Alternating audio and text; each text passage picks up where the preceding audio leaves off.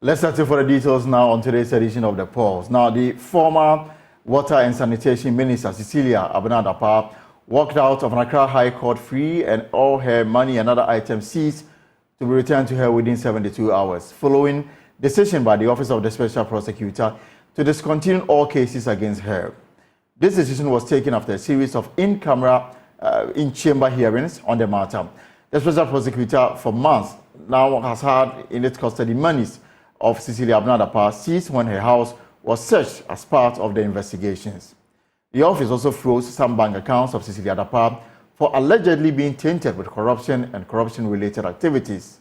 But after 7 months, the Special Prosecutor, Cecilia Dapaah, told the media that on the totality of the evidence gathered and intelligence, it became clear that the case is largely in the province of suspected money laundering.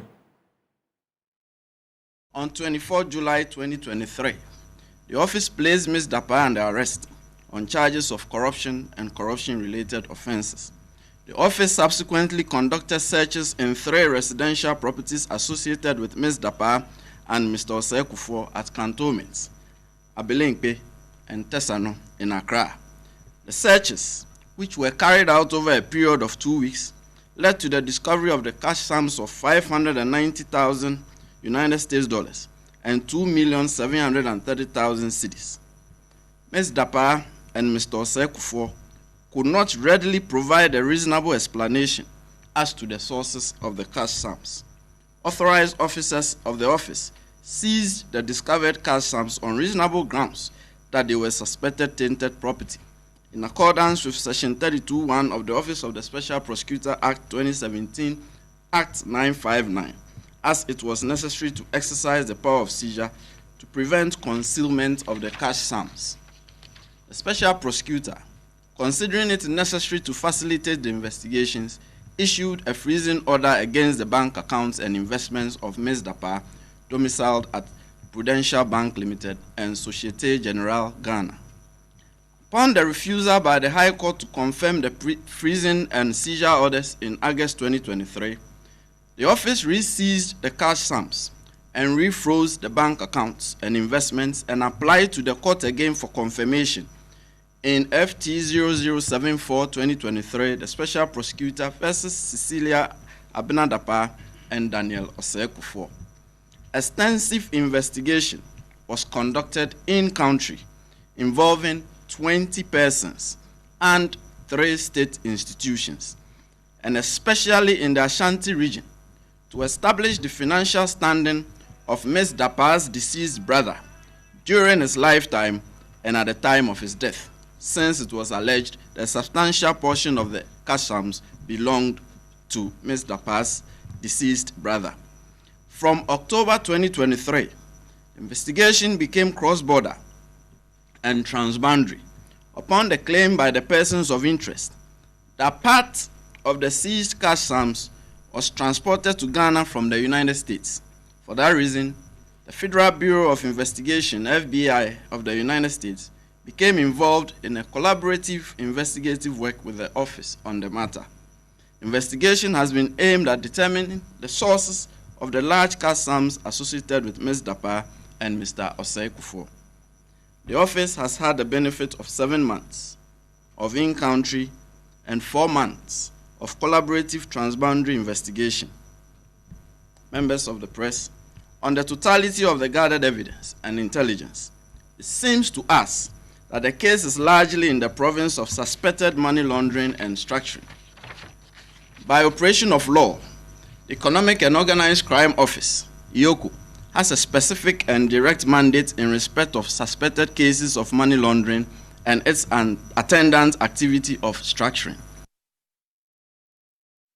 Of the Special Prosecutor is referring the case to EOCO for continued investigation and further action. The office will be in close collaboration with EOCO and continued collaboration with the FBI. A little over an hour ago, the office discontinued its application that was pending before the High Court for a confirmation of the seizure and freezing orders in pursuance of the referral of the case to EOCO. The court ordered that the office should return the cash sums and defreeze the accounts of an investment of Ms. Dapaah within 72 hours. Office also discontinued the procedural criminal charge against Ms. Dapaah for failure to return forms on declaration of property and income, since that was mounted on the original application for confirmation of the seizure and freezing orders, which was discontinued earlier in time. Now the question remains whether the entire exercise was a waste of time. Cecilia Dapaah disagrees. How do you sum it up? Does it suggest that perhaps not a thorough investigation went into it? That's how come all of this is up. Because from what you've told us, the Yoko angle perhaps looks more promising in terms of going on with this case. Elton, on the contrary, it is the extensive investigation of the Office of the Special Prosecutor with the collaborative work of the FBI that has led us to this conclusion. If the Office of the Special Prosecutor had a direct mandate by law in respect of suspected money laundering and structuring, there will be no such referral. But we operate within the confines of the law. And since the law that created the OSP did not necessarily grant such a direct mandate in respect of suspected money laundering, but the law that created the Economic and Organized Crime Office states specifically that they have a mandate in respect of suspected money laundering. Now, after 7 months of investigation, we have a body of evidence. So if we have come to the conclusion that it suggests, it seems to us that it is more in relation to suspected money laundering, then the proper thing to do is to refer it to the state institution, which by law has a direct mandate as stated in the Act. I'm Joseph Akabla. The first question has to do with the intervening period between now and when Yoko takes over. I know that the whole idea of the freezing and seizure order was to preserve those assets and prevent them from being dissipated. The court has given an order. Are there any plans to collaborate with Yoko perhaps for them to hold on to it within this period? And the second one, there are those who also make the point that maybe at the initial levels, a careful analysis maybe would have led you to this conclusion even before you commenced. How do you react to those who say that from the onset they pointed you to this conclusion as one that you arrive at? All right. See, hindsight wisdom is always awesome. Those who are saying that are only doing so with hindsight wisdom, it's because we've had 7 months of such extensive investigation to come to the conclusion we've arrived at. You cannot begin a case when you cannot begin making conclusions on a case a week or two after commencing investigation. But after piecing together all your evidence and all the testimony and everything that you have done, something should then suggest to you. If after 7 months we did not have anything, we will just let it go. You get it? But after 7 months, I think that we should be commended that we've been able to do such extensive work and have international collaboration as part of this matter. That is to say, we left no stone unturned, and that is what is leading us to this outcome as I just announced. So once again, I will say, it is very nice to have hindsight wisdom, but we did not have the benefit of hindsight wisdom. We have arrived at the present wisdom through hard work and sheer grit. I just want to, if there's an update on the payroll audit, which you announced at your last news conference with us, and whether you are getting the needed cooperation from those who are asking the question. And secondly, I'm just going through your half-year report, and the one that came up in June, the one that came up in January, almost a repetition of the many cases before you, and the ones you've come to a conclusion on, the Charles Dubois Hen, the issue about the other matters. My question is, there's been a lot of repetition in most of the reports that you've come up with, and Ghanaians have faith in this office to lead a fight against corruption. Should we continue to still have faith in you that the mandate you've been given will inure to the benefit of the country, in view of the fact that after the establishment of the office, clearly for a lot of people, we are yet to see clear-cut conviction on the many cases that are before you? Thank you.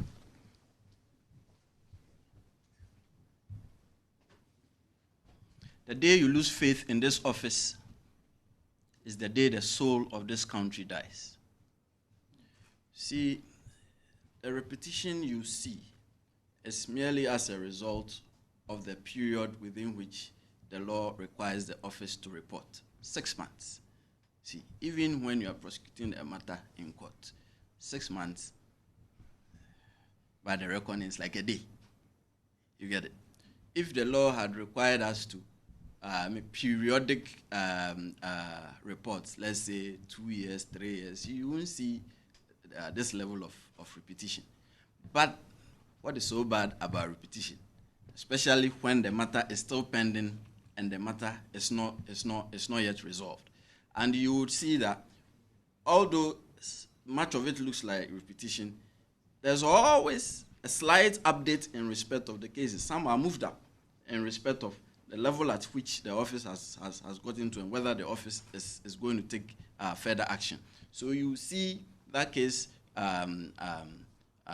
reported in June, that the office is still ongoing with the investigations. Then in December, you see that the office has concluded the investigation in respect of that matter and that the special prosecutor will be giving further directions along those lines.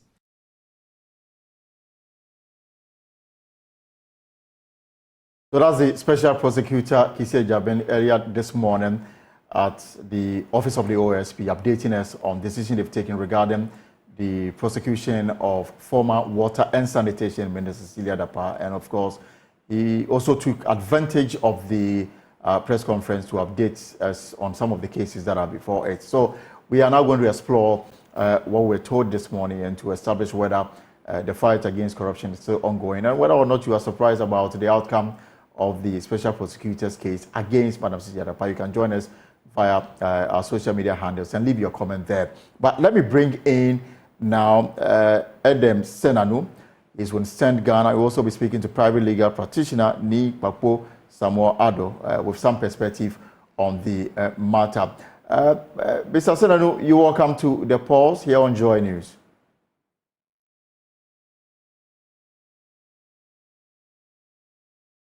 Thank you for having me.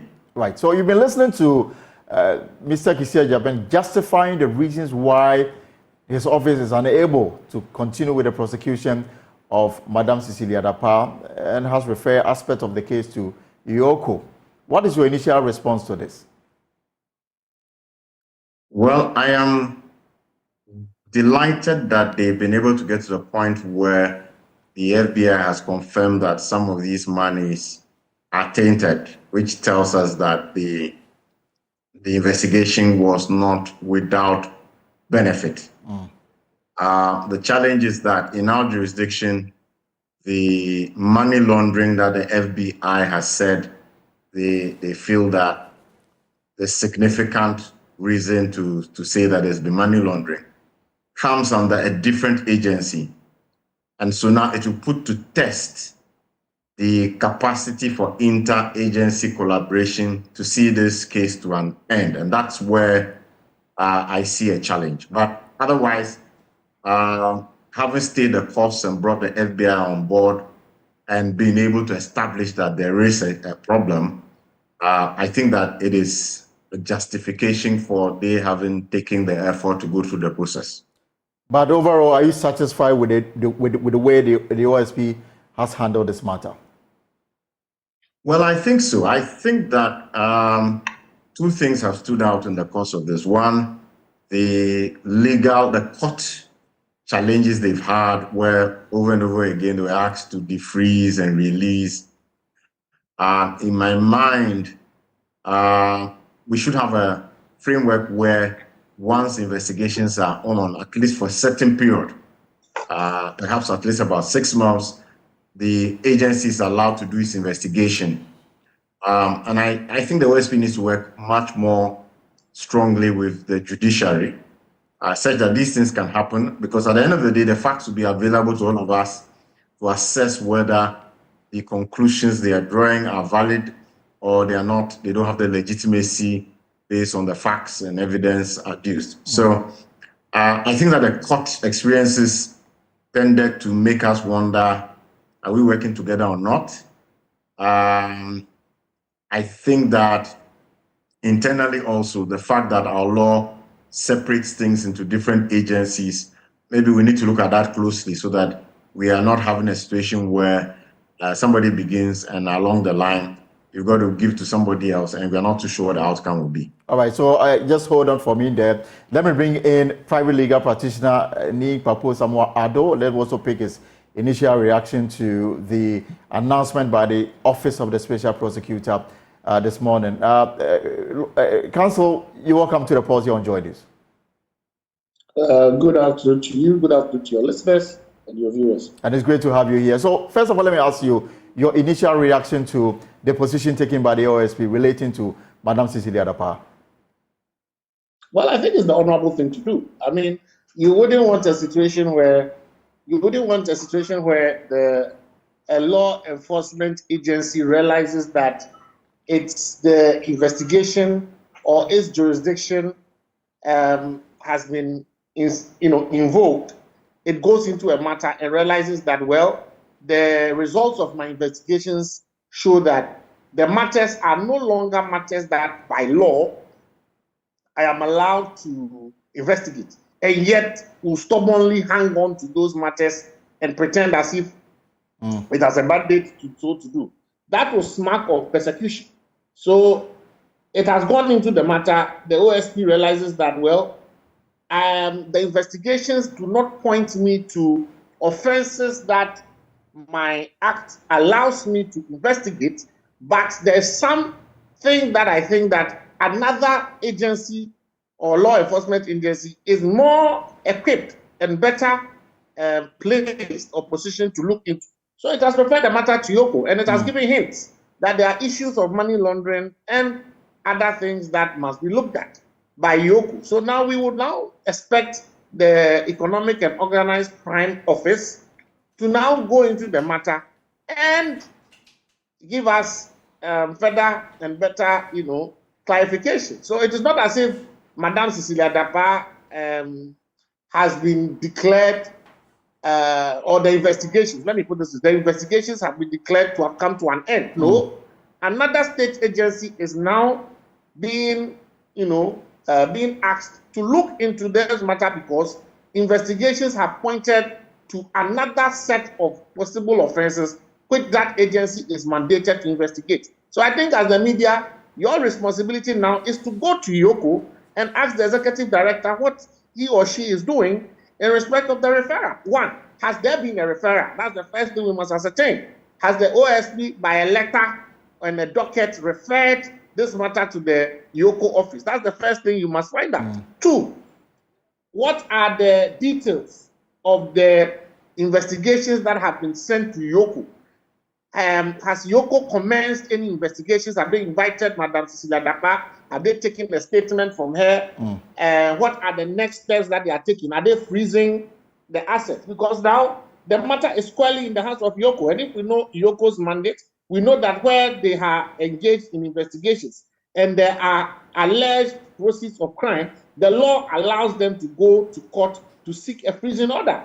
So within these 72 hours, which the court has given to the OSP to release the funds, if indeed the OSP has acted proactively, that's the key word, has acted proactively, and has handed over the docket and all information, relevant information, to the Yoko office, I expect the Yoko office to be heading to court seeking a freezing order on the said funds, because the OSP was categorical that the funds that were under investigations are possible proceeds of money laundering, and corruption. So there is enough for the Yoko office to at least, as a first step, seek a court order to freeze those assets. Right. So setting the Yoko angle aside, the OSP initial road, the road that it took was to establish the fact that the money it had taken from the home of Madam Cecilia Dapaah were tainted property, and then went on to also institute another case against her where the OSP said that she failed to declare her assets and property when the form was provided to her. These were the two matters that initially engaged the attention of the OSP, and later the angle of the money laundering came in. Do you think, upon a hindsight, looking at the mandate of the OSP, investigation is one of it. If thorough investigation was done, and the way things went on in the court, would you say that the OSP did a good job? Well, the OSP is not there. The thing is this: the OSP is not there to declare anybody guilty or not guilty. That's the first thing everybody must understand. A prosecutor is not a persecutor, and an investigator does not arrive at pre-arrayed conclusions. So once a report is made, it has a duty to what? Investigate. It is when you investigate that you come to some conclusions. So you cannot fault the OSP for investigating. If it did not investigate, we will be the same people shouting and crying that this OSP is in bed with the government and is not doing its work and all that. My concern now is that what is the OSP, has the OSP sent or transferred the docket to what? To Yoko? The information I've picked is that they've done so. Okay, so if you can confirm they've done so, what is Yoko doing? Because remember, the proceeds is what we in the public are interested in. If the proceeds disappear, the investigation is useless. So within the 72-hour window, has Yoko gone to court to get a court-freezing order? That is what we should be interested in. So the court has given the OSP 72 hours to return. No, you don't get it. Listen. Yes. Now the matter is with Yoko. Yoko, on its own, is mandated by its act to get a freezing order on suspected funds that are proceeds of money laundering. Do you understand? So, unless you are telling me, see, the thing is this: if we allow within the 72 hours or after the 72 hours, the proceeds to go back to the alleged suspect, right, and the money gets missing, what are you investigating? So what we should be interested in is whether Yoko has prepared the necessary documents and is heading to court, you understand, to freeze those assets. But that action, I'm sure, can happen after the OSP has complied with the directive of the court. That will be a separate... But why do you have to wait? No, you don't have to wait. Yes, but I'm saying that will be a separate action that only Yoko can undertake. No, you don't have to wait. You see. That's the point he's making. No, I'm saying that these are two independent bodies. Yoko can take the step to freeze these actions. That is on their own. But for now, the court says that.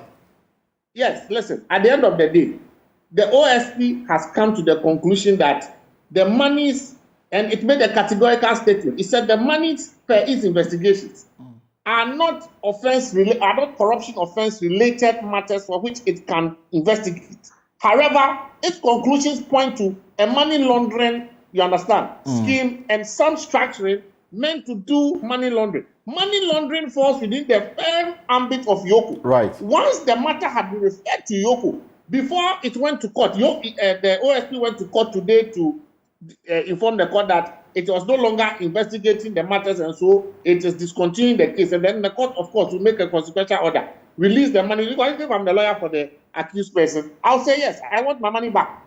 The OSP had done the state a good service by referring the matter to Yoko. We are expected, that is what I'm asking you, the journalists, to do. Go to Yoko and ask Yoko. You have, number one, have you received the docket? You have confirmed to me that you have checked from Yoko, and indeed, have you checked from Yoko to find out whether they have received the docket from the OSP? But the information you have that the OSP, they've provided Yoko with all the information that Yoko needs. No, I'm asking whether you have checked from Yoko. Yoko is unable to respond to the matter as of now. That is the information we have. Why wouldn't they respond? It's a matter of public knowledge. If you put in a right of information request, they cannot deny it. Of course. You have every right to ask them. You are not asking them for the details of the investigation. You are asking them whether the OSP has transferred the docket to you. They will have to confirm. Then you must work your sources and find out. The second point is that, are they inclined to go for an order to freeze the assets? If those assets are released to the suspect and they get missing, you are wasting your time. Then our fight against corruption is useless. So what do you expect? That's what I'm saying. So counsel, what do you expect to be done within the 72 hours that this money is expected to go back to the original owner? I think that the OSP has done very well by referring the matter to Yoko, even before it went to court, to inform the court formally about the fact that it was no longer conducting investigations into this matter.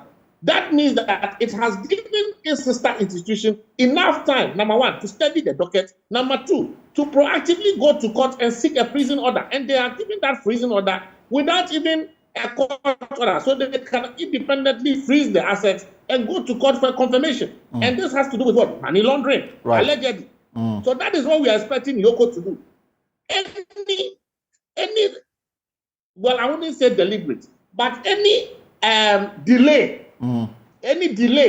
on the part of Yoko to go to court to get a freezing order will defeat the purpose of fighting corruption in this country.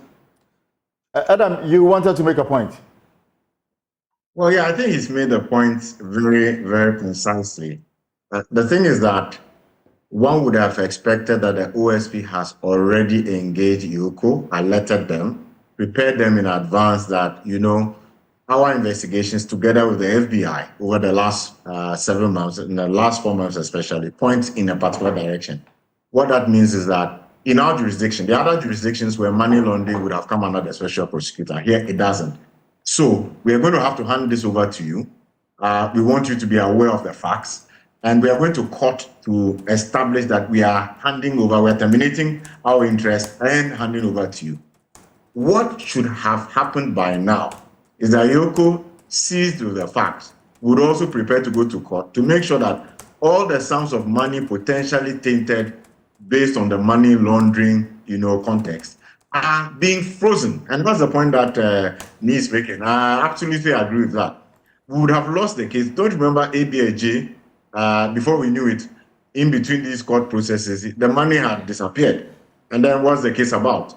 So we are all expecting that media will start asking that question. Yoko, are you going to court? Mind you, we are approaching a weekend, and therefore the question is that by Monday, what will we be hearing? Anything except for having also frozen so that they can also do the investigation. Because normally when you hand over from one agency to another, that agency too will have to do its background checks and due diligence to arrive at its own conclusions. So between now and Monday, the question is, what is going to happen? What is Yoko going to do? In fact, what I can say for sure is that on the part of the OSP, they tell us that they provided all the information and they stand in readiness to assist Yoko if they should need any further information on the investigation they've conducted relating to the subject of money laundering that they have established on Madam Cecilia Dapaah. Yoko, they've not confirmed receipt of this. All information we have picked from our sources is that they are unable to comment as of now. And so that's what is worrying. I wish we could get exactly. That's what's worrying. Well, how can they not confirm if the docket has been given to them, if the facts have been given to them? What's the difficulty in confirming? In fact, that's the challenge we have with the other anti-corruption agencies. It is why in the OSP law we put that 6-month thing.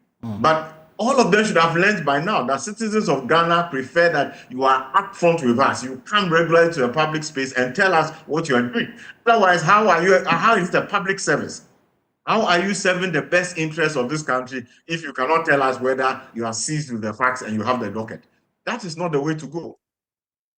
But Adam, generally on the way the OSP has conducted itself on this matter and other matters, you are an anti-corruption agent. Are you happy with the way it is progressing? I put a question to Mr. Cecilia Dapaah. He says that the day this office is closed down, then we'd have lost the fight against corruption. Well, I'll tell you, the only institution that gives me some hope at the moment, significantly, is the Office of the Special Prosecutor.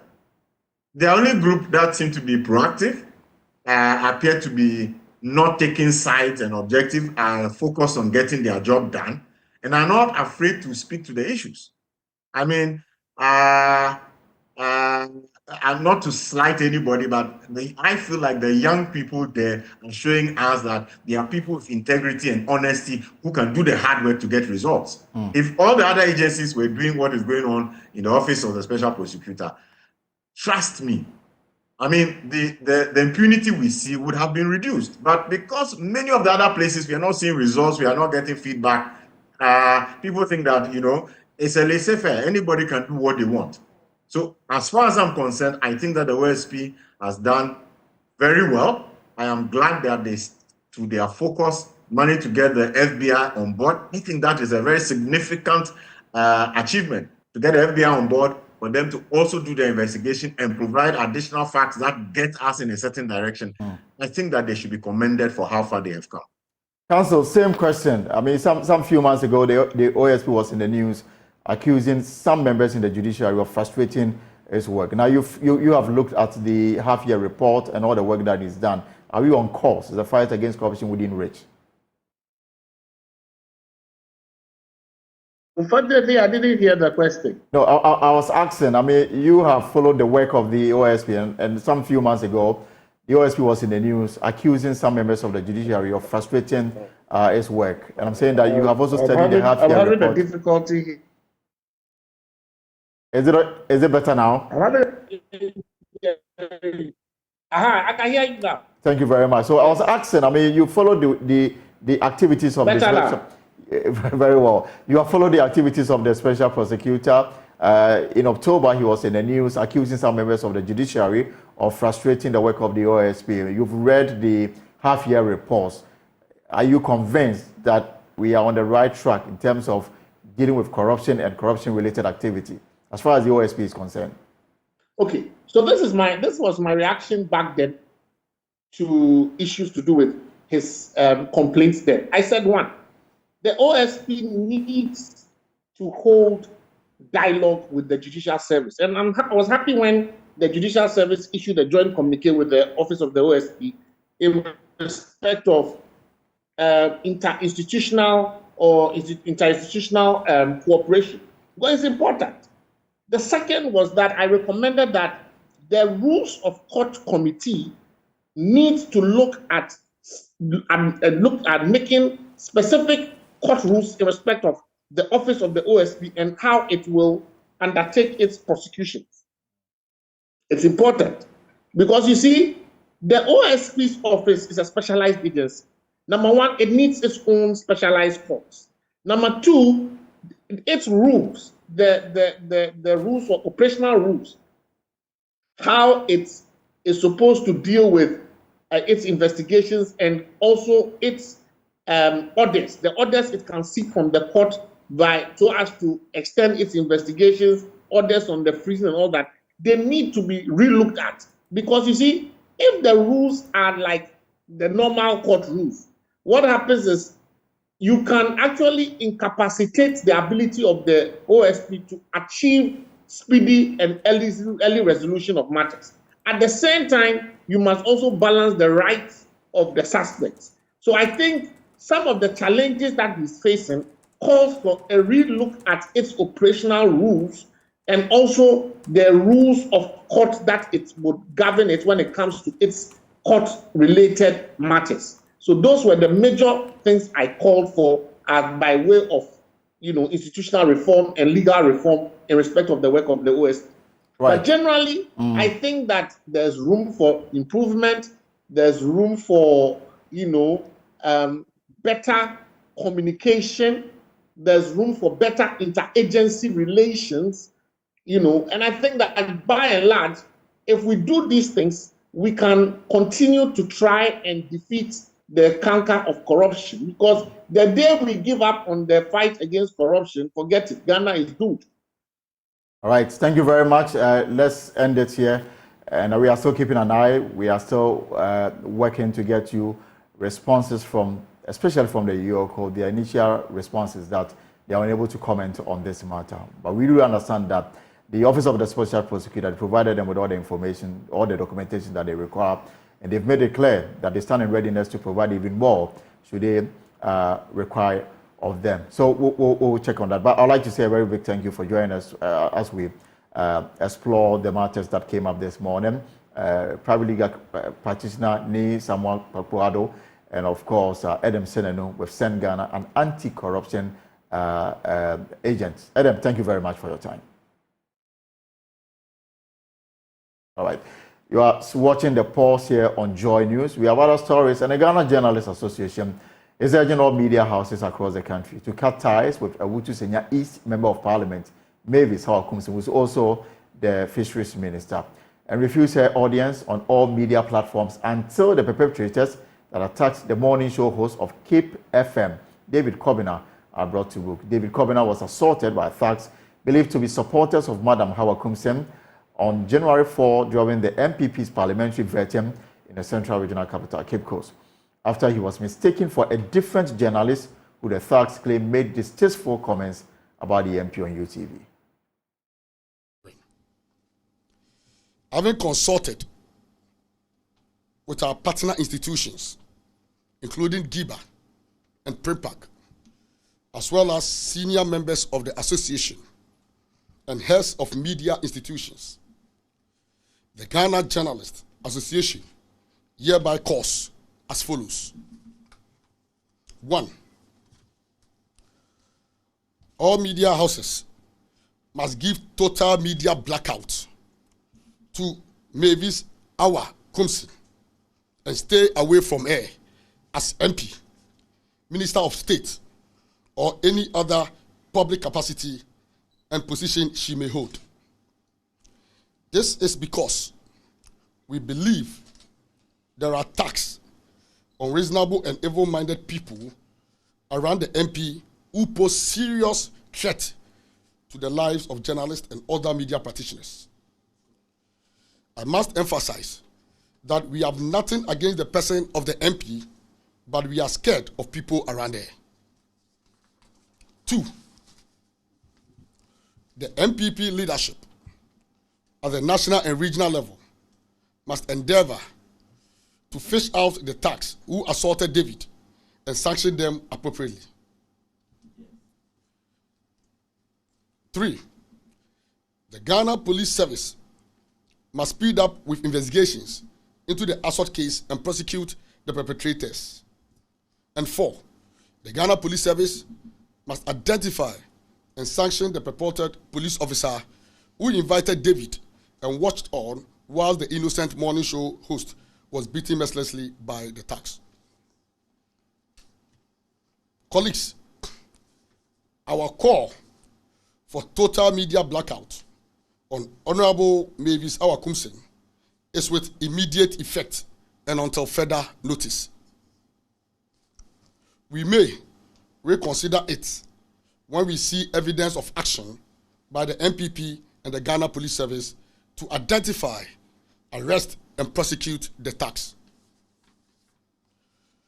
We are following this case with keen interest, and we shall periodically review it and update the general public on same. Colleagues, we urge all media houses to rally behind our call and ensure that it has a biting effect. This call is in our collective interest. Let's bear in mind that there are dangerous people around Honorable Mavis Awa Kumsem. They can kill you. Whether you are in the studio, home, church, mosque, or public gathering, they can come for your life.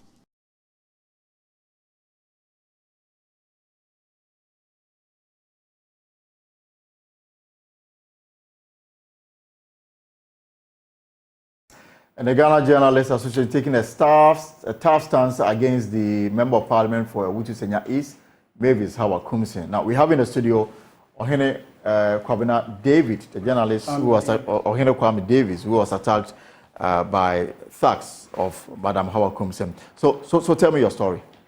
Okay, so I'm David Kobina, but in the media fraternity, I'm known as Ohene Kwame David. Right. Yeah, so as we all know, the NPP party scheduled on the 4th of January 2024 for the Infantimine and then Wutu Senya East to be vetted at the Regional Coordinating Council there in Cape Coast. And so as media personnel, we all went there to capture the story just after the vetting and maybe the balloting have been done. So there's a shelter at the RCC. We were seated there waiting patiently for the vetting to be over so that we'll have that opportunity to interview.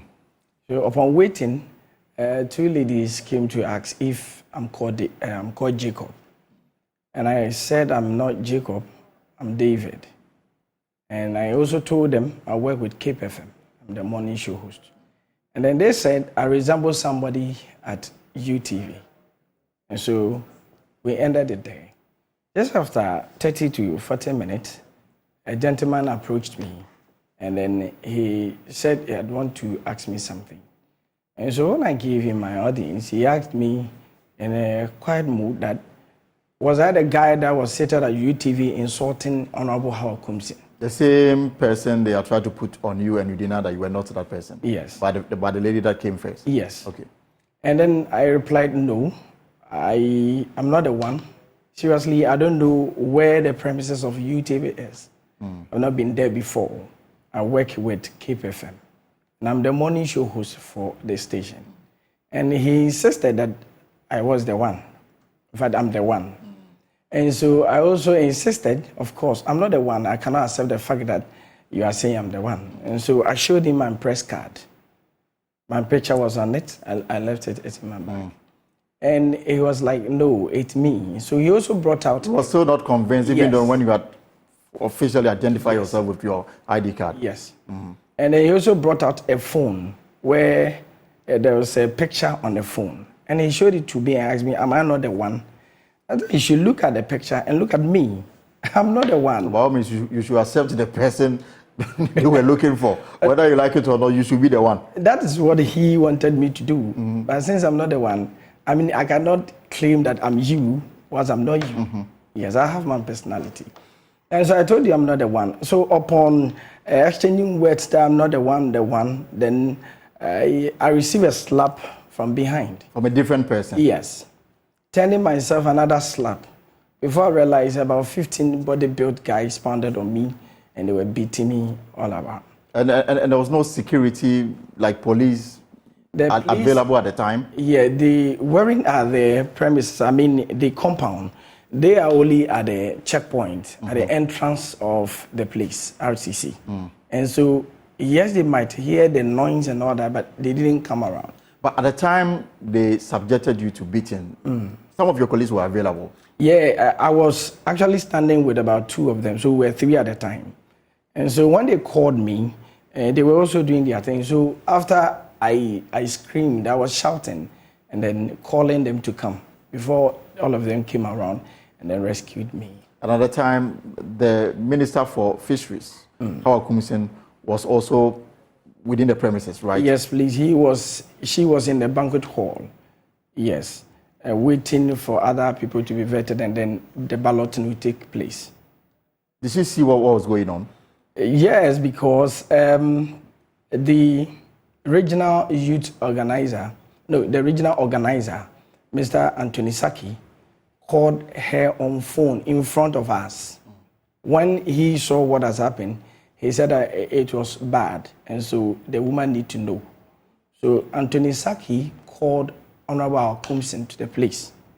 So upon reaching where we were, she stood and called Anthony Saki to meet her in a distance. And then Anthony Saki told her whatever he would say to her and pointed at me. But Honorable Kumsin didn't come to me. She didn't speak to you? She didn't intervene? Never. She didn't find out what was going on? And she left. And she left? Yes. So did you suffer any physical injuries?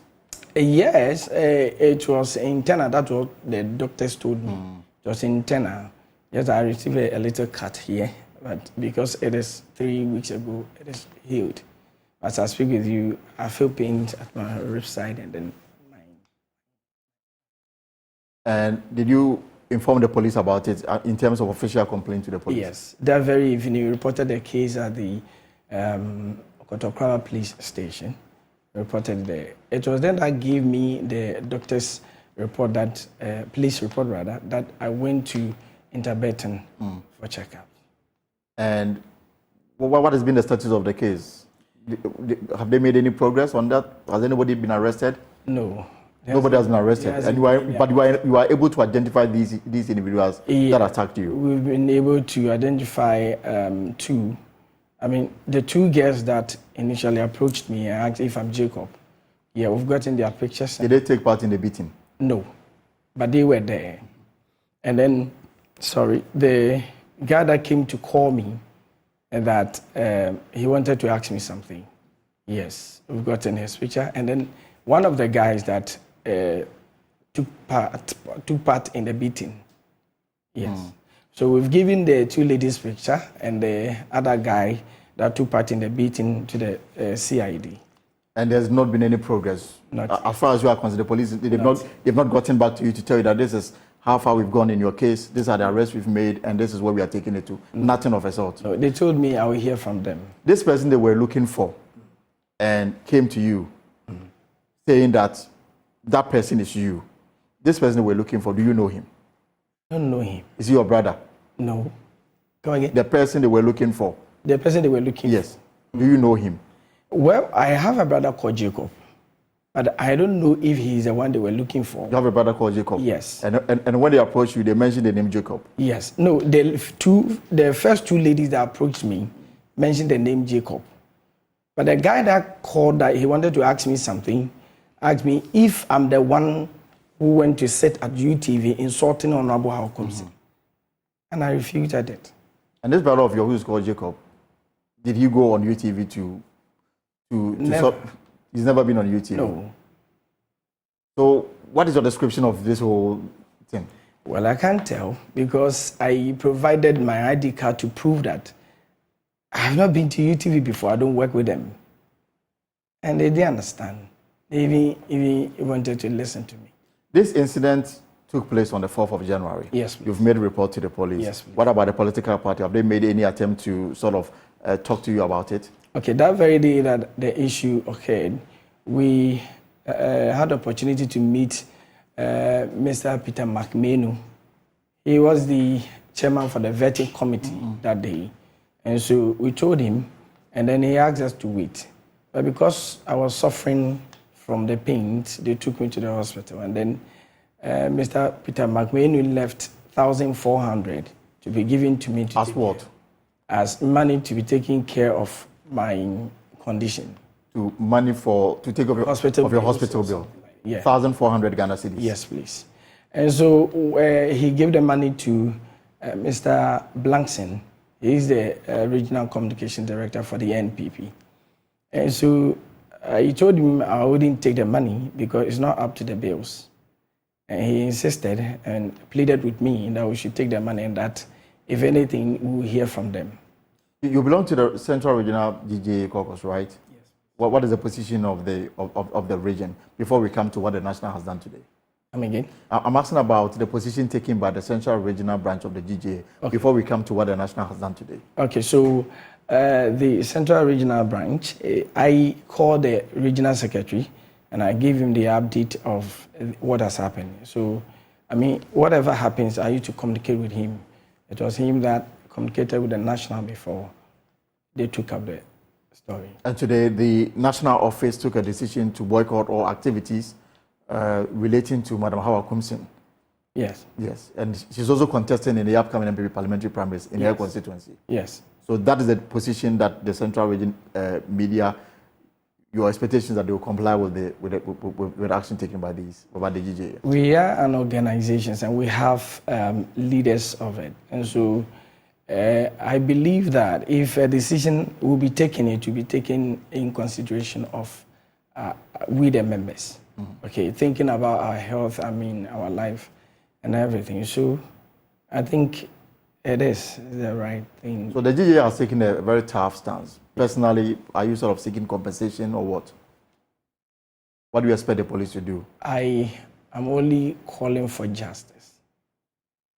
I'm not calling for any compensation. Because, my brother, what has happened to me today can happen to somebody else. Yes. And I wouldn't know what would have happened if I didn't get anybody to help me out. Yes. So I'm only calling for justice. All right. Thank you very much for passing through to share your story with us. That's the morning show host of Cape FM. Yes, please. Kwabena, right? Yeah. We pray that at least there will be some resolution on this matter going forward, because there's been too many attacks on journalists practicing their noble profession in this country. It's too bad. All right. You're still watching The Pulse here on Joy News. We're taking a short break. We'll be back with more. Welcome back and to some other stories now. An embattled Assistant Commissioner of Police, Dr. Benjamin Agogo, retired, has described as ignorant the Attorney General's reaction to his acquittal. 6 individuals implicated in the alleged coup plot were convicted for conspiracy to commit high treason and committing high treason. However, a retired police officer and 2 others were acquitted. Reacting to the judgment, the Attorney General decried the senior police officer's comments, which suggested the nation was at risk of Arab Spring. But speaking to Ray Monaka in an exclusive interview yet to be aired on Upfront later today, the retired ACP faulted the AG's understanding of the expression he used. The only thing that sends some jitters in their spine and whatever is the fact that I mentioned Arab Spring. And yesterday, one minister was still talking about that, despite my acquittal and discharge. He thought that I shouldn't. Do they? And I think that they are. The Attorney General himself, and I heard him speak. He says, "What business has a senior police officer, a serving officer, staying on a platform and talking about Arab Spring?" Does he understand Arab Spring? If he doesn't, he should keep quiet. If he doesn't understand Arab Spring, he should keep quiet. But he's a lawyer. He's a lawyer, but being a lawyer doesn't mean that you know everything. You can be a lawyer and be an ignoramus in an area. I teach conflict. Okay. Do you understand me? I told you I teach conflict at even MPhil level. I teach it at Kofi Annan, I teach it at all level. Arab Spring or civil uprising and other things are democratic means of expressing dissent in every society. Today we espouse people like Martin Luther King and other things. Why are we espousing them? But we knew in 2011 that this has led to the removal of governments. Tunisian example is clear. The other countries within the Arab regions, that the explicit definition and appreciation. You are talking about explicit definition. That is common knowledge. Yes. But when you look at Arab Spring, it is like any other spontaneous demonstration by citizens to express their dissatisfaction. Which in the reality and the examples, if it leads to the fact that a government decides that, do you know that we can, the Kumi Preku could have led to Rawlings saying that, okay, I've resigned. Could it have been called Arab Spring? The Kumi Preku in Ghana, I'm not sure, could have led to Rawlings saying, okay, I've resigned. Once the VAT has been defeated and other things have resigned. When you go to the literature, go and Google it anywhere. Be careful you don't go to Wikipedia. I get that. Because when you go to Wikipedia, Wikipedia will give you some definition of a rebellion, a mutiny, and other things. And I proved to the prosecution in court that when they need a definition to issues, they should not go to Wikipedia, because they came out with a Wikipedia definition which I drew the attention to. And they could not talk about it again. So go to the Attorney General of the Republic. I'm saying the prosecution team. Okay, all right. Whoever was representing them, and it's on record. I can produce. It's a court record, and I can give you. But that should be very strange. I mean. Yes. So at the end of the day, you come to appreciate the fact that when you go to Wikipedia definition, it will tell you it's a mutiny. It is so and so. But go to other definitions which are acceptable in academia, because when you quote today, you quote Wikipedia definitions. In academia, in the universities, they will not take you serious. I get it. I know that. So every first-year student of a university would know that. That's basically. So I'm saying that when you want to know the real definition of Arab Spring, don't go to Wikipedia. Go to other sources and it will tell you the real meaning of it. And you say that's what they confronted you with, a Wikipedia definition of it. A Wikipedia definition, their myopic understanding of that term. And that is what they confront. And that's what they have held on to till today. And that's what Attorney General is still holding on to. He should go and learn. He should go and learn. Because he's not dealing with just people. He's dealing with people who have also climbed the ladder somewhere. I get that. What exactly did you say about Arab Spring? Look, during one of our conversations, Dr. McPam asked me, the question was simple. What do I think about Arab Spring? And I expressed my opinion. And I told him that, look, the seed of Arab Spring has been sown in Ghana. We are waiting for the triggers. And I began to tell him about some of the challenges. But before that, I had expressed similar opinion on Alert with Adam Bona. You can find out from Adam Bona. I had expressed Alert is a WhatsApp platform. Oh, okay, a different WhatsApp platform. A different WhatsApp platform in which Dr. Nyahuma Cruz Tamokla said that civil uprising was imminent in Ghana. And then to get jittery about it. And then I explained that what is the jittery about this when people mention Arab Spring and the civil uprising? I mean, these are common issues that are being dealt with elsewhere every day, and it's a civil way of showing dissent and other things. And I expressed the same thing over there. I don't want to mention a name because it will trigger another thing. Get you. But at the end of the day, a minister of state on the platform took me on and said, "You will bring me to order." And that was the beginning of my problem. A minister of state on that platform. And Adam Bona knows that minister very well. I don't want to mention his name at all. In all fairness, since you've just mentioned ministers and there are several of them, it will be fair if you let us know who is Dominic Nitiwu. Dominic Nitiwu, the Minister of Defense, who doesn't understand what civil uprising is, and who doesn't understand what Arab Spring is, said openly on the platform that he was going to take me on. The defense minister was telling a senior police officer he was going to take me, and he wrote it on the platform, and I have a copy of it. And Adam Bona confronted him over it and asked him to be very careful the way he confronts people on the platform. So that was the beginning of my ordeal. And because of that, and don't forget, this whole thing started with defense intelligence. Defense intelligence under the auspices of the defense minister. So when he said he was going to take me on, he was going to bring me to order, he had already initiated it. And that's Dr. Benjamin Agbojo. He was acquitted and discharged by the court yesterday. He was actually in court facing charges of treason. 6 other individuals, however, they've been sentenced to death by hanging. And their lawyers have indicated that they will appeal the decision of the court. But he's been telling his story.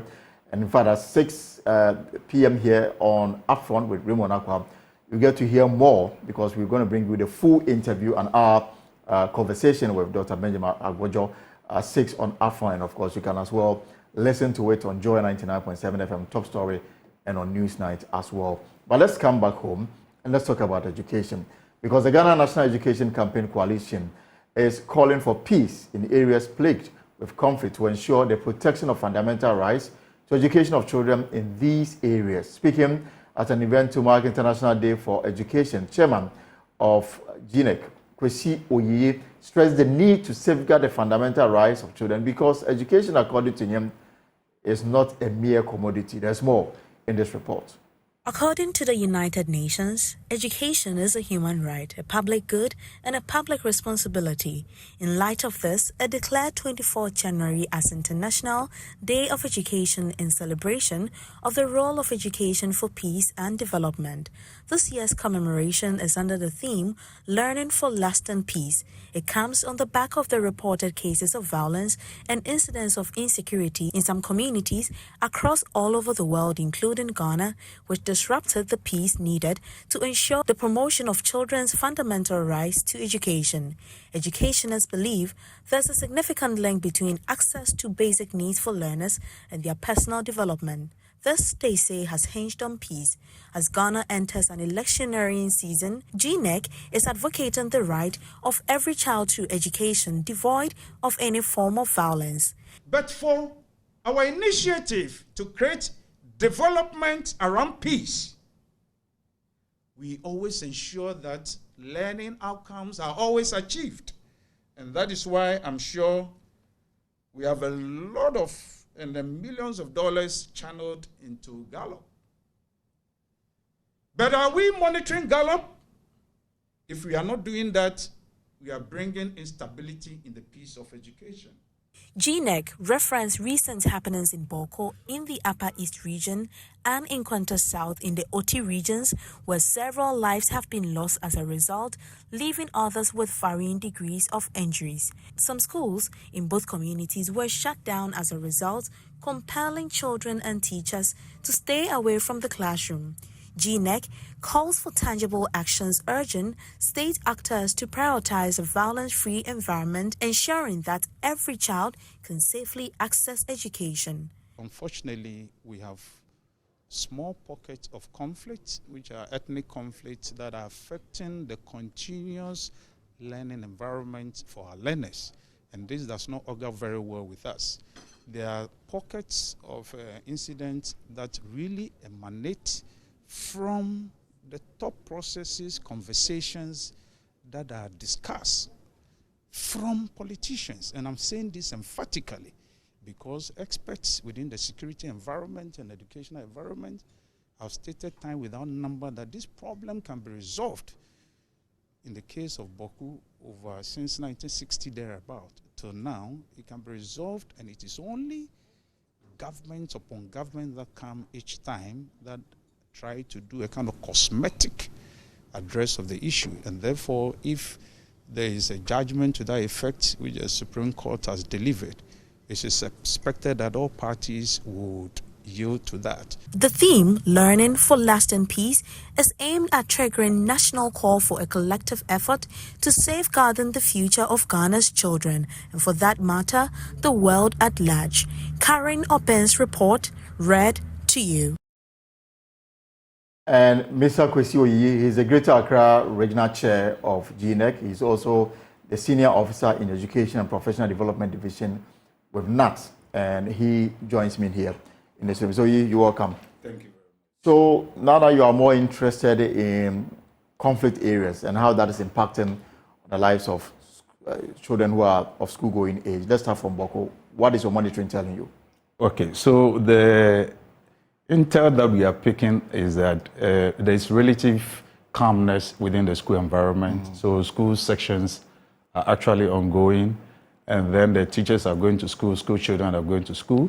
But however, we want the security apparatus to intensify their intelligence in order to surmise any kind of incidents that will come from anywhere, because that is very important for the safe school environment and for the continuous study of these learners and their facilitators together. I ask because we know that in Boko, for example, some state institutions, they've closed down their offices because of the insecurity situation there. Senate this week, Small Arms Commission, that they relocated all their staff to other parts of the country from Boko. We know that some banks, a lot of state institutions and private institutions, they've moved out of Boko because it is simply not safe to continue to stay there because of the conflict. Is it your understanding that in terms of schooling, it's not affected much? Yes, so it's unfortunate in the first place for state institutions that provide service directly and indirectly to the community, and the learners and their facilitators are even leaving the children in the community. We have to know as a country that schools belong to communities, and the people who matter that try to inflict passion or cause violence or any form of aggression within the communities are also human beings that have grown right from toddler stage to adulthood. Incidentally, when they transit from one basic education to the secondary, and possibly for some of them, by the end of hard work or so, transit to the tertiary, they all come to work within the school environment. And these are the people that need to speak to peace and to ensure that there is relative peace within the school environment. Because you see, we want the school to be safe. Once the school is safe, teachers will be safe to work. Remember, teachers working in these environments are not indigenous from those areas alone.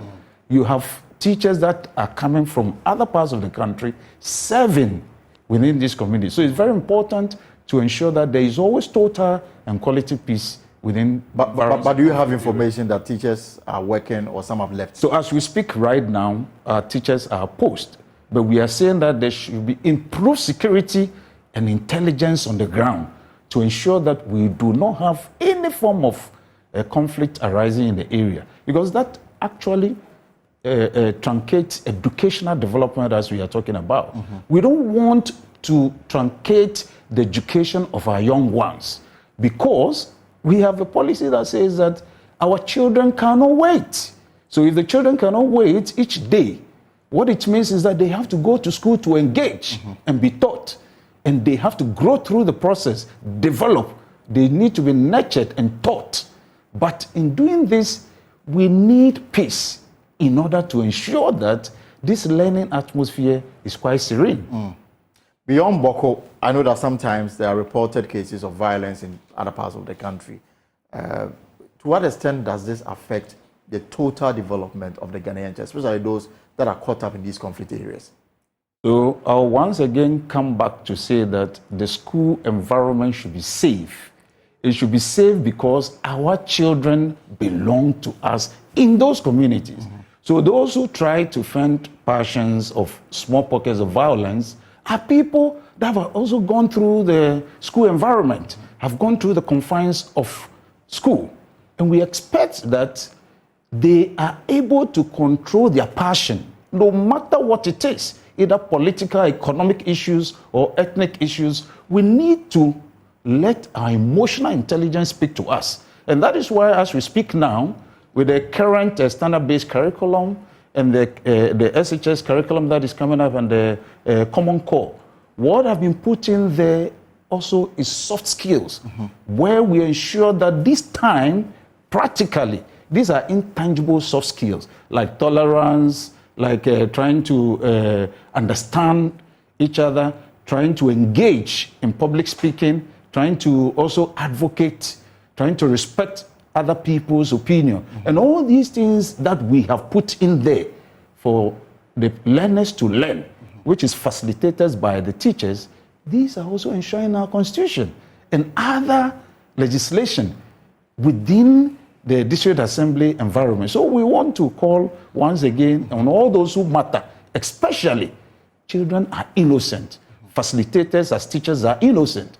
And so those who matter, especially politicians and other community leaders, to ensure that we have relative peace within the school environment. But beyond sometimes these tribal and ethnic violence that we report on, what are some of the other factors that is inhibiting the sound development of our kids in schools?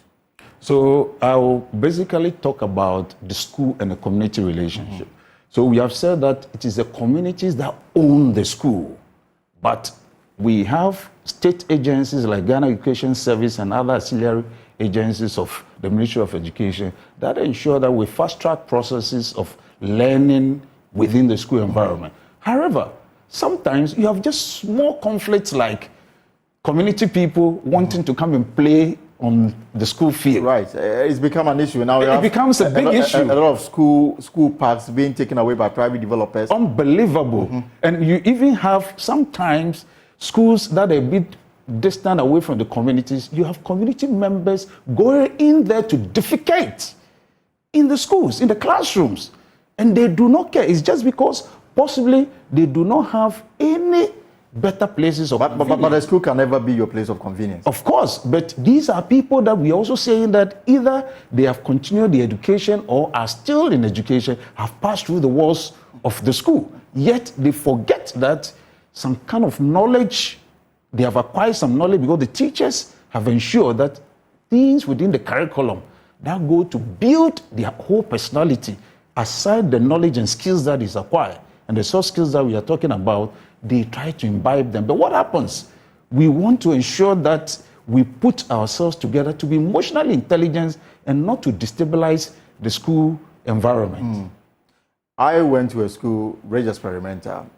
The last time I went there, basically the entire school compound has been taken over by private development. The school PTA, they protested. They have petitioned the regional coordinating council to do something about it. the matter remains unresolved. And the lives of these kids are threatened every day by development. And sometimes you wonder, and this is a public school, sometimes you wonder the level of protection the state gives to children. Because in other countries, it is supreme. Sure. But when they come here, it's like you're on your own. Yeah.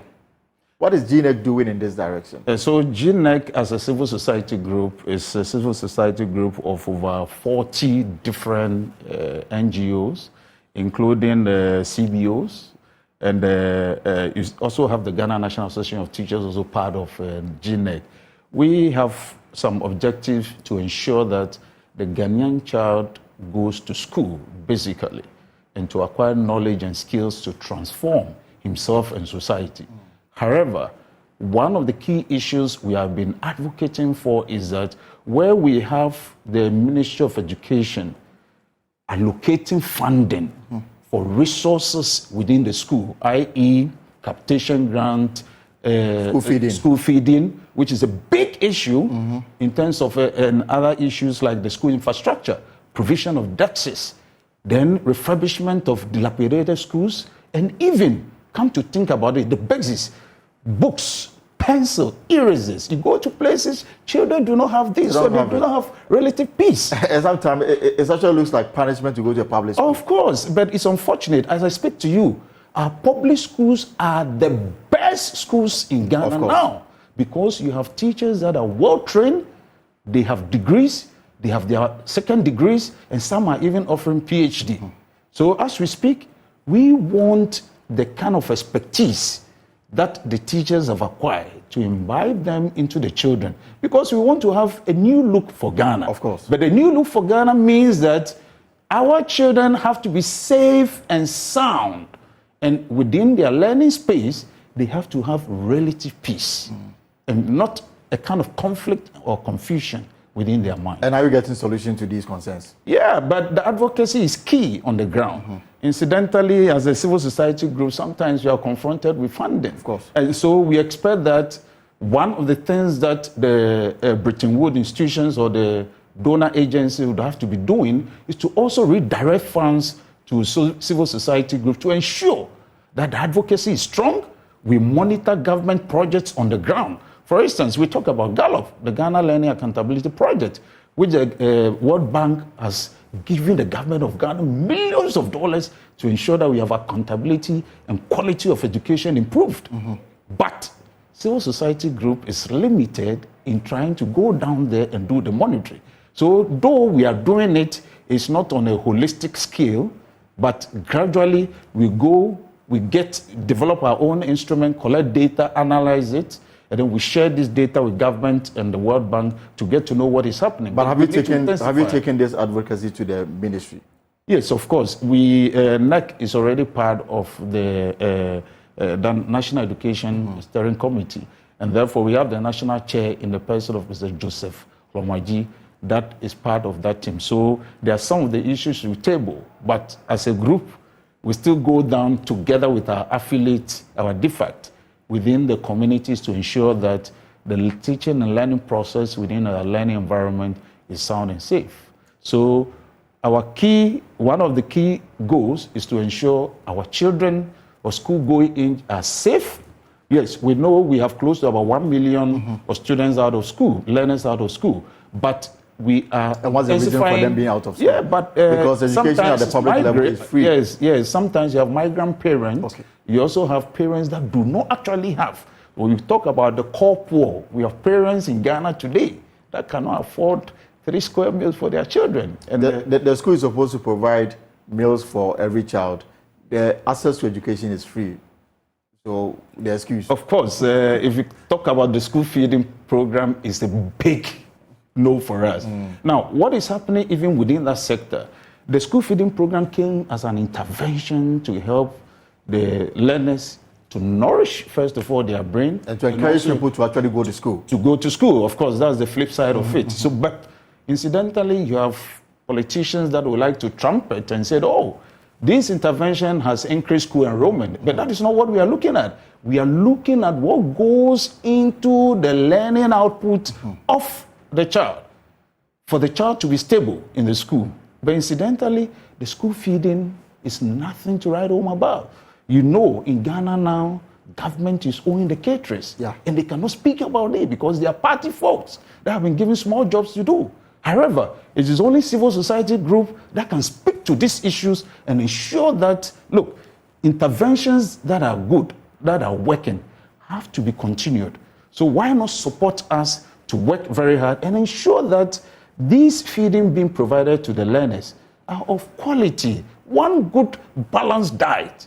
For these our children will go a long way to develop their brains and to stabilize them in school, and we'll have a very good career progression for these children in the school. Before I let you go, your final words as we wrap up on this. Yeah, so I would like to say that we actually are within the period of International Day of Education, which is always celebrated on 24th January globally. So in Ghana, the Ghana National Education Campaign Coalition, together with Renee Ghana Foundation, in collaboration with World Bank, celebrated that yesterday.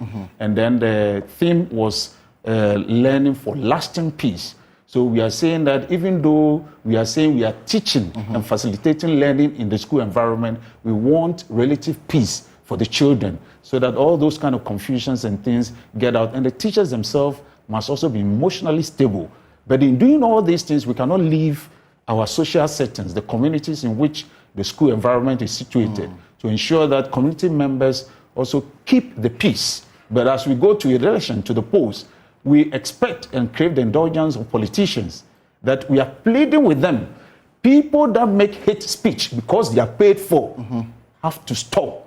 Because where school processes are truncated, the school environment is truncated, is discontinued because of violence and conflict, then it means that our children have to leave the environment. And unfortunately, sometimes our teachers are also caught in the process. Some are maimed. And unfortunately, in the last conflict that erupted in OT, a teacher lost their life. So that's sad. Yes, that's quite sad. So we are praying and calling upon all politicians and state actors to ensure that we have relative peace within the school environment, because the year is still ripe, and we are saying that the theme for the Global International Education Week is learning for lasting peace. And therefore, this has to remain in the minds of all learners, all facilitators, all politicians, and everybody as a whole. All right, I'd like to say thank you very much, Mr. Kwesi Ayeyi, for coming to Oyeyi. He is the Greater Accra Regional Chairman of the Ghana National Education Campaign Coalition, and they are advocating for safe environment for our children to learn, and of course in harmony as well. You're also watching the polls here on Joy News, and we'll take a short break. When we'll come back, we will go to the election headquarters because it's getting really interesting. Stay on. So from education, let's turn our attention to the environment and of course health. The environmental officer at the secondary Itakoradi Metropolitan Assembly, Abdul Karim Hudu, says the assembly will embark on a massive typhoid vaccination for all food vendors in the metropolis to rid the metro of the disease. Speaking to Joy News on day one of the STMA Joy News Operation Clean Your Environment campaign, he explained a screening done for most food vendors on typhoid showed positive, hence the need for the vaccination. Correspondent Natalia Kwanzaa, who joined the team and has come through with this report.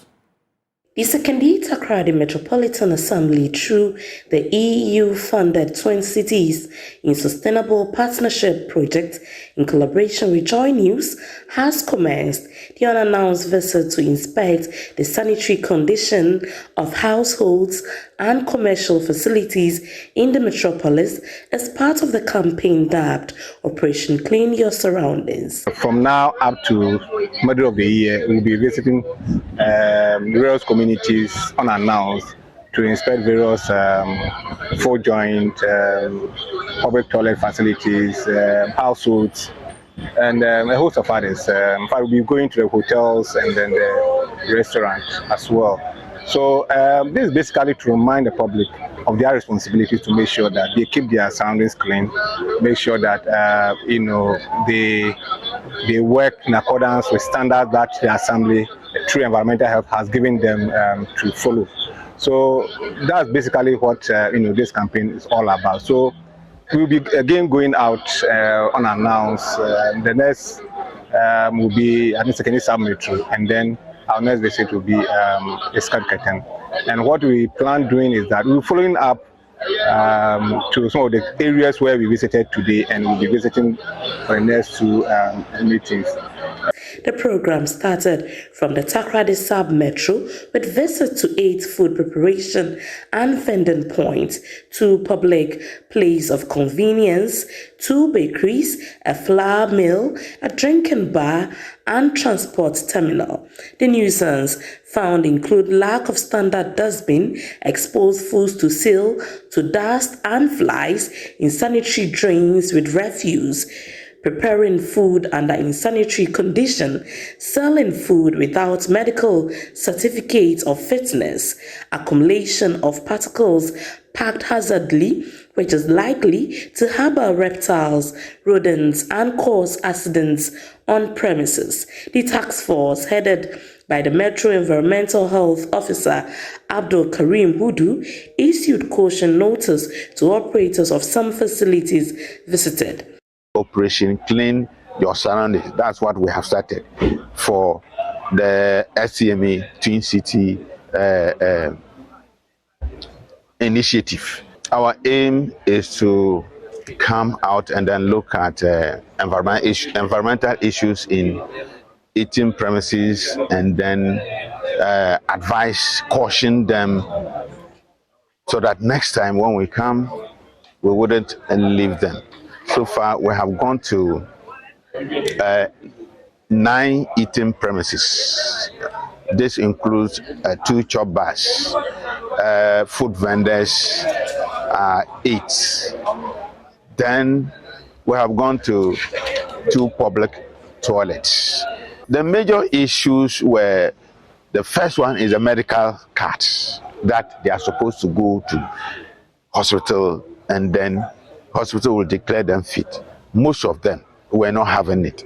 Some have it and the cards expired.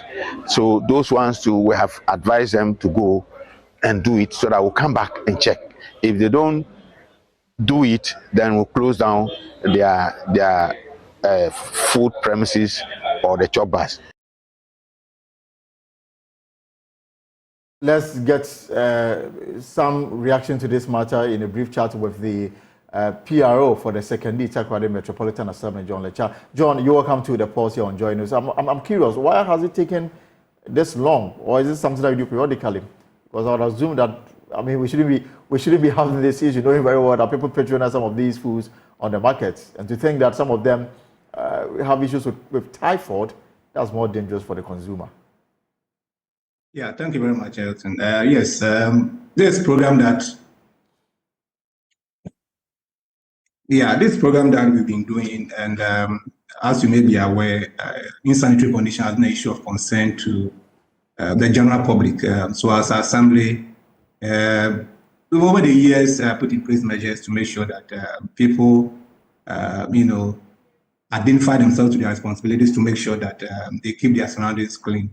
And you remember recently, the government had introduced regular sanitation day cleanup. These are some of initiatives that over the years, the assembly has also implemented to make sure that, we draw the public attention to cleanliness.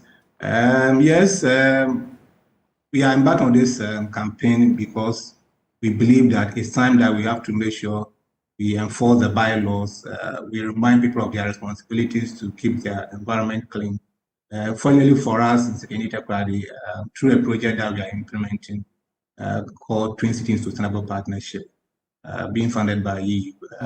They've given us some funds to make sure that we embark on this exercise to alert the public, to know the dangers in sanitary conditions. And that's the reason why this time the Assembly has set up this task force to make sure that they go around, get the public to clean their surroundings in order to make sure that we prevent some of these communicable illnesses that will be reported in the metropolis. But how widespread is this on the market? Widespread? Yes, I'm asking if this is so widespread in the market. Oh, well, yes. I mean, we've been monitoring reports from various health centers and other facilities that, we know that the issue of typhoid, has become an issue within a metropolis. What it means is that, other service providers have not been up to task. So, making sure that people get this illness and have to report to health facilities.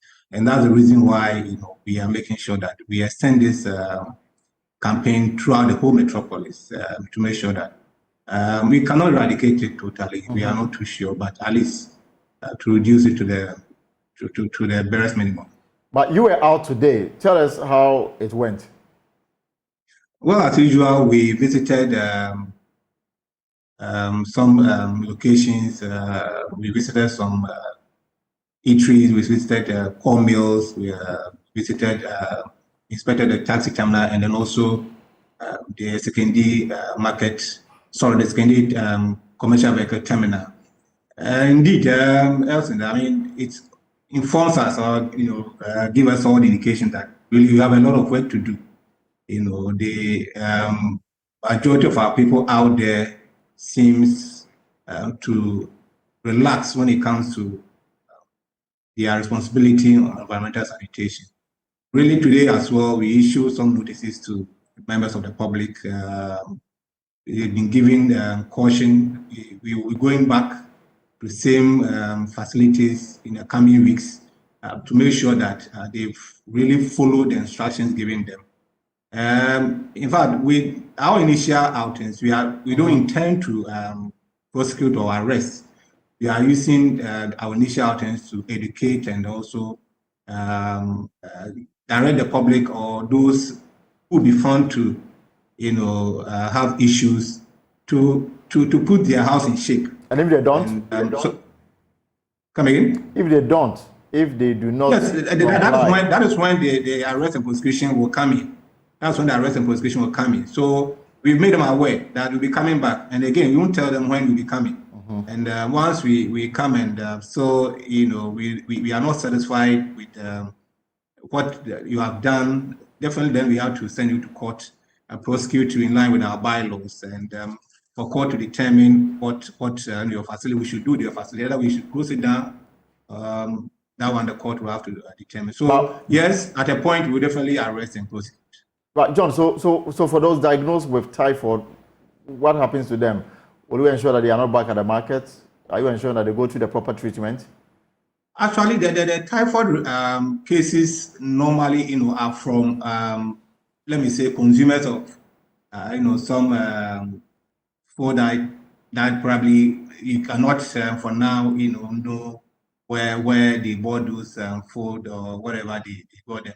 But for the vendors, those who don't have the medical certificate, we are making sure that they go through the process for them to be certified by a medical doctor to ensure that they are healthy to sell prepared food within the metropolis. So yes, the issue of So John Lecha is the public relations officer with the Secondary Takoradi Metropolitan Assembly. I think we've lost him. John, are you there? Yeah, can you hear me? Yes, I can hear you now loud and clear. So what next? When are you going out? Well, like I said earlier on, for our schedule, we don't announce the date. Okay. Because yes, we don't want them to know when the team will be coming. So, but I can tell you that our next visit will be the Escadicatan sub-metro. In fact, we schedule ourselves that we're visiting the 3 sub-metros we have within the metropolis. We visited Takoradi, we visited Secondary. So the next will be Escadicatan sub-metro. But as to the time and then the specific location that we cannot communicate. That one will be determined that very day that will be going out. All right. I would like to say thank you very much, and we are with you on this exercise to ensure cleanliness and healthy Secondary Takoradi. This we are on board as far as the cleanup exercise that the assembly is undertaking, and we'll be with you every step. Thank you very much. And let me also use the opportunity to also on behalf of Management West, thank Multimedia and Joy News especially for partnering the assembly for this course, and we thank you very much. All right, thank you very much, Mr. John Lecha. He is the public relations officer with the Secondary Takoradi Metropolitan Assembly. Well, that's it for today's edition of the Pulse here on Joy News. We'll be back tomorrow, Friday, to wrap it up for the week. My name is Elton, but we have more stories on myjoyonline.com. But on radio at 5:30, we have top story with Evan Spencer. He's looking at the OSP decision to discontinue all cases against Madam Cecilia Dapaah. We will explore it with other people. We'll have a response from Yoko as well. We have more of that also on Joy News Prime at 7 p.m. But between 6 and 7, it is upfront. You don't want to miss the story of Dr. Benjamin Agogo. He had a sit down with my colleague Raymond Akwa to tell his story and then to give you more insight of what went through his head at the time he was facing the death sentence. That's it. Tomorrow we'll meet with you. Have a good evening. So, you know, my body and how I view myself, even personally, even before it comes to the outside world. And so I think there are people who